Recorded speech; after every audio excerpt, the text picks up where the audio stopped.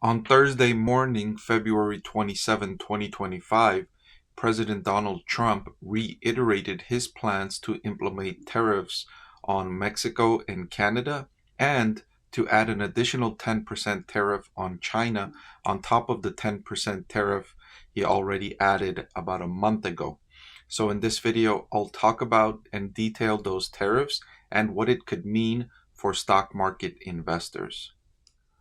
I quickly wanted to let everyone know about this great offer for my channel members at the investor tier. You can gain access to my spreadsheet containing my ratings on over 130 stocks. I update this spreadsheet with multiple times and multiple changes per day, Monday through Friday. Additionally, channel members at the investor tier can get access to my spreadsheet with my discounted cash flow valuations, and I update this spreadsheet multiple times per week with multiple new companies added to this spreadsheet with discounted cash flow valuations. There's already dozens on the spreadsheet available now.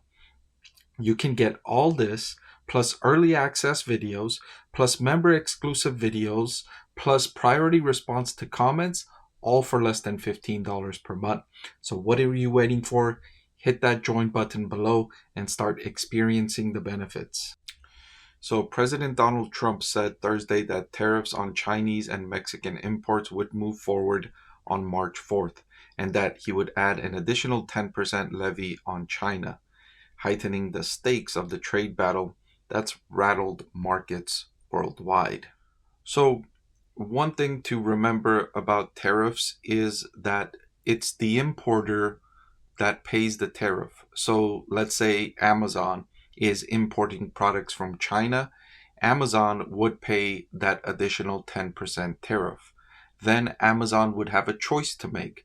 Does it just absorb the higher cost and keep prices the same for its customers? Or does Amazon raise the prices that it charges customers because now its costs have increased?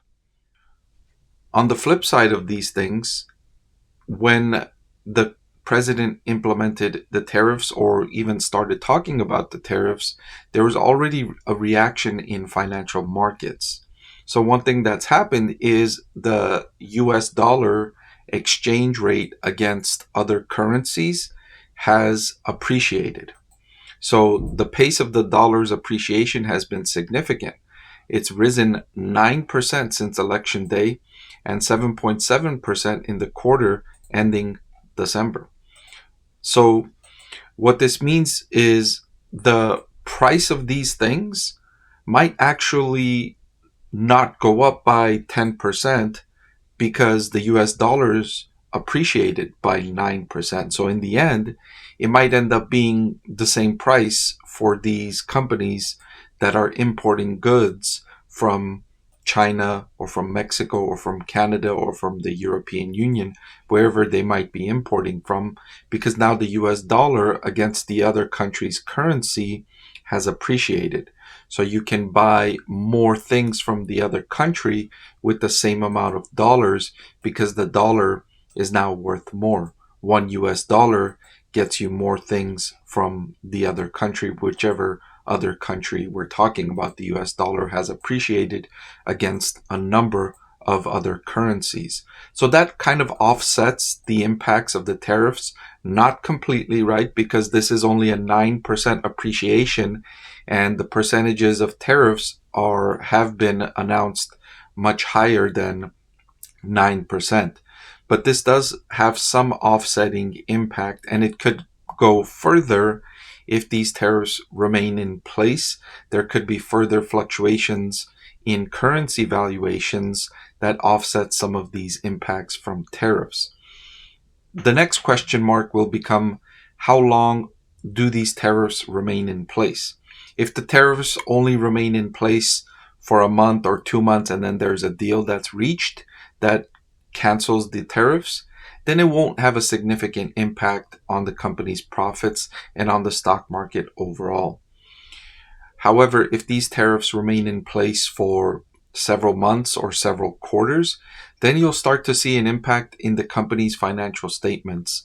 You'll start to see lower profit margins because their costs have increased, unless they choose to pass along those higher costs to their customers, and in which case you might see lower sales revenue because consumers facing higher prices. If you remember from your introductory economics class, when price goes up, demand goes down.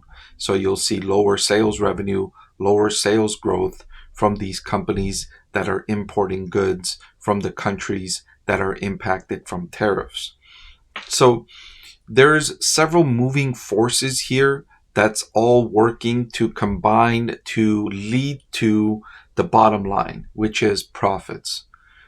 Costs are going to go up if tariffs are placed on these countries and they remain so for an extended period. Companies are going to pay higher costs for importing. That's one impact, right? But then there's those offsetting forces, changes in currency valuation, changes in the way companies operate their manufacturing presence and their supply chains, changes to the decisions and strategy on how to react to those higher costs. Do they pass along the cost to customers? Do they absorb the cost and keep prices the same for customers? How do US consumers respond to higher prices? Do they continue spending as they have been, or do they pull back? Remember, the US consumer is already stretched, right?